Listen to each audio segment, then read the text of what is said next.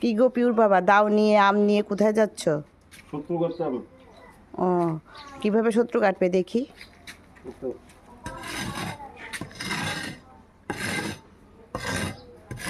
এইভাবে শত্রু কাটে।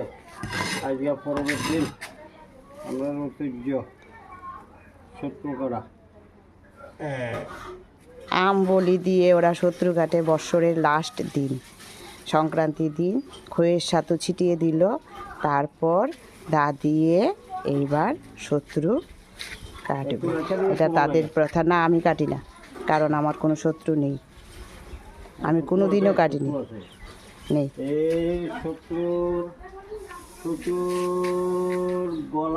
গলা কাটলাম, এই শত্রু কলজা কাটলাম, এই শত্রু ঘানি কাটলাম। শত্রু যা আছে তাদের একদম দুই টুকরো করে। বাহ, কি ধরনের রীতি! হ্যাঁ, আম বলি দিয়ে তারপর শত্রু কাটা হয় এইখানে বাড়িয়ে না।